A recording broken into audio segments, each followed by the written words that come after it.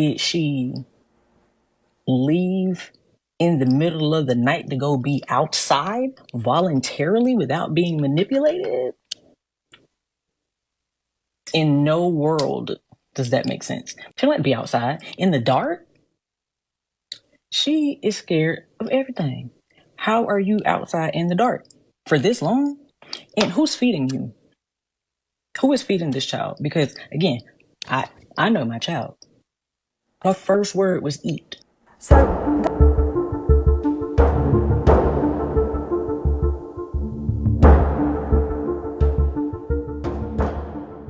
hey everybody, welcome back to Carrie Moody channel. This is going to be a quick video because there's not a whole lot of information, sadly. The little girl you see on the screen, this is Lori Paige.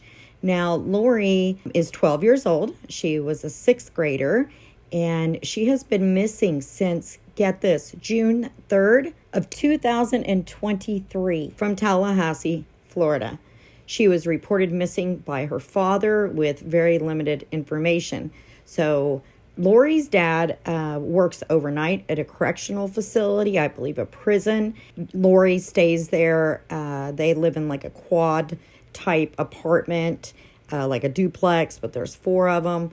And this is the norm for them. So her dad works overnight shifts and Lori stays home knowing that there are adults, right next to her that she can go to should she need anything at all. Now, when the dad came home the next morning, Lori was gone. And her dad has only had her for about a year before she went missing. The mom is not really in the picture. One of her teachers, Margie Summers, has really been going out of her way to try to find Lori, and she's really needing all hands on deck. Margie has organized a search. I believe they actually did a search this morning, thankfully, but this is citizen search. Law enforcement has not been active in this case. As soon as she went missing, they immediately declared her a runaway. Now, Lori had just turned 12 years old. She was a sixth grader. So she's not just a runaway. She's not just a missing person. And you can't say foul play is not involved. Tallahassee Police Department. The reason you can't say foul play is not involved is because, well, if anybody's holding Lori, then that's a criminal act. Somebody has to be helping her. This little girl is not out there working a job and supporting herself, right? She's not driving around. She's not doing any of those things. She needs to be found. This is a child, a young child. Now, Lori's teacher, Margie, she says that Lori was just an absolute wonderful student. She loved school. She did say that Lori took school much more seriously than the other kids her age. And she described her as very much a tomboy. She didn't wear makeup. She had her hair in dreads. She wore tennis shoes. She was almost overly studious with school. She didn't really have a bestie, and she didn't participate in after-school activities or hobbies or things like that. She rode the bus home, and when other kids would get off the school bus and, they'd horse around and they'd all play for a little bit, but not Lori. They said that Lori would get off the bus and she would go directly home. Now, from what we have gathered, Lori did not have a social media presence, nor did she have a cell phone. And so that is definitely making things, difficult in locating her. However, she's a 12-year-old girl. She did have a computer at home, and my guess is there is a digital footprint somewhere. I just don't know if law enforcement has looked deeply enough into it. Have they checked that computer? I don't think they did. So maybe they should check the computer that's in her home. She very well could have been reaching out, secretly online. She had a school-issued Chromebook as well. So there's a couple of ways that she could have been online, whether her father knew it or not. Her mom does speak on her with Nancy Grace, and she comes off as very irritated that Lori is being labeled as a runaway. Let's listen to that real quick clip with Nancy Grace and Lori Paige's mother. Tallahassee has some of the worst sex trafficking in the state. And it's 20 minutes to Georgia. So yes, I'm concerned. Very concerned. Wait. The police report said that she ran away and there's no reason why they believe that she was taken. And that is the dumbest thing I've ever heard, because you can voluntarily leave under manipulative circumstances. So, and then whether she voluntarily left or not, she's a child. What rights do children have to move around as they please? Can she get in the car and voluntarily drive down your block? Because just as sure as she gets in a car and starts to drive it, that's going to be a problem.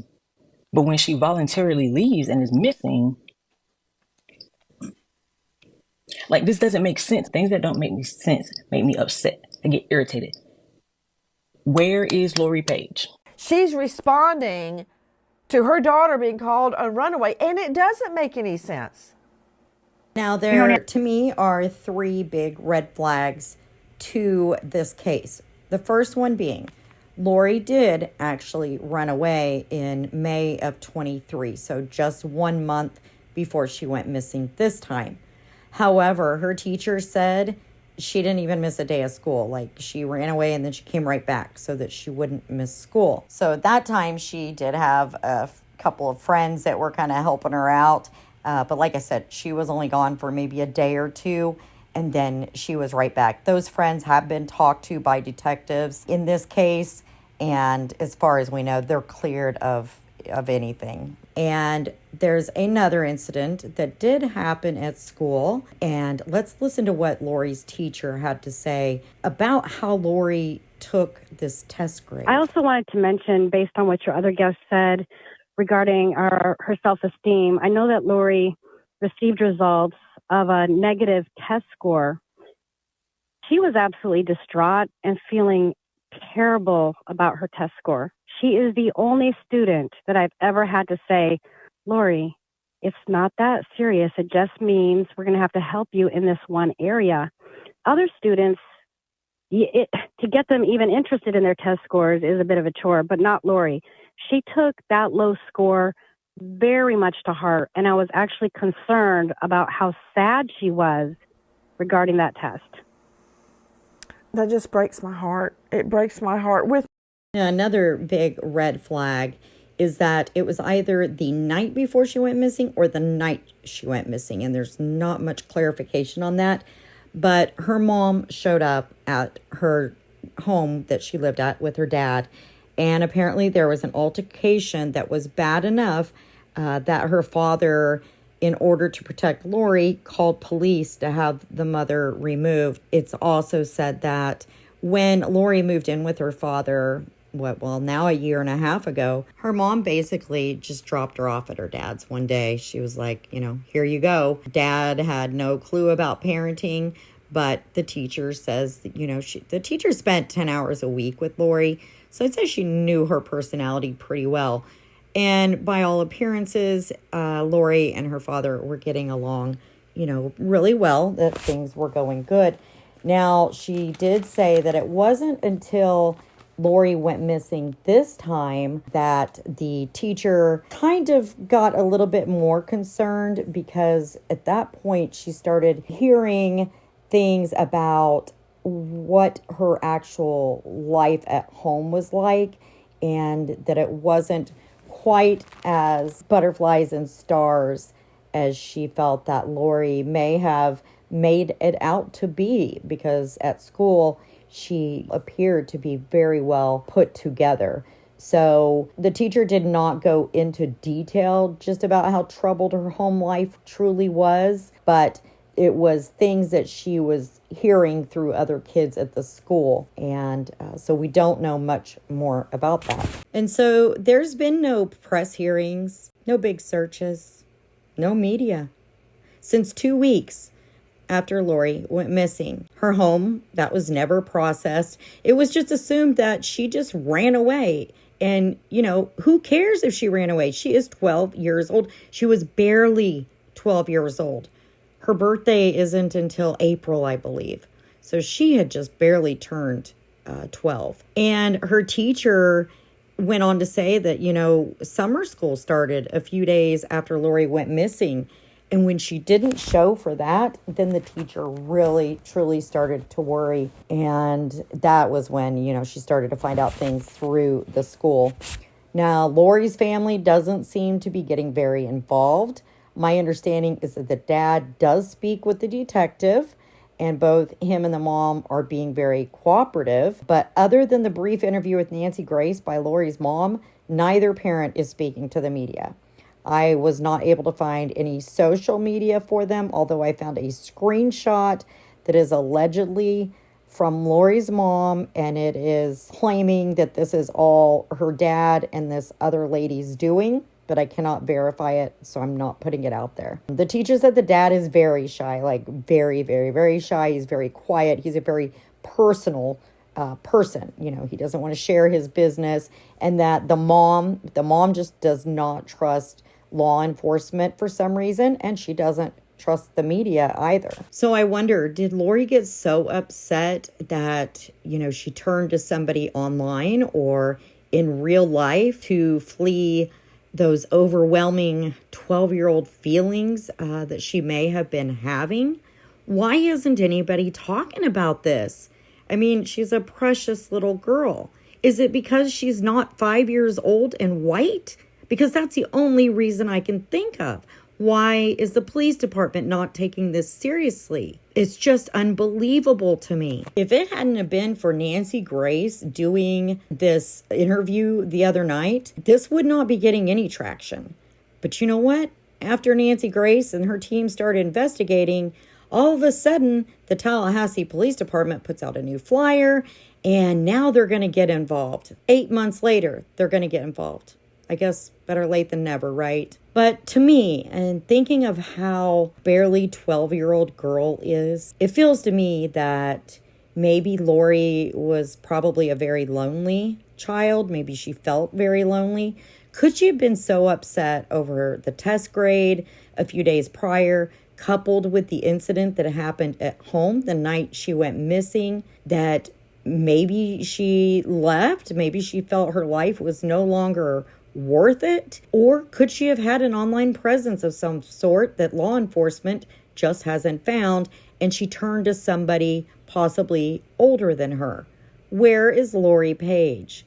Law enforcement needs to take this seriously, and the media needs to be all over it, especially the local media. Now, Tallahassee is right at the Georgia state line, so, you know, at this point, if Lori is still out there, God pray she is, she really could be anywhere. So it doesn't need to be limited to just the Tallahassee area. I just don't see how a barely 12-year-old can just be listed as a missing/runaway child with no foul play.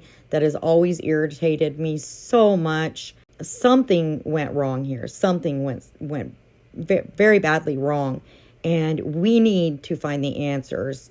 We need to help Lori, and we need to find what happened to this precious child. So I pray that law enforcement is going to start taking this very seriously.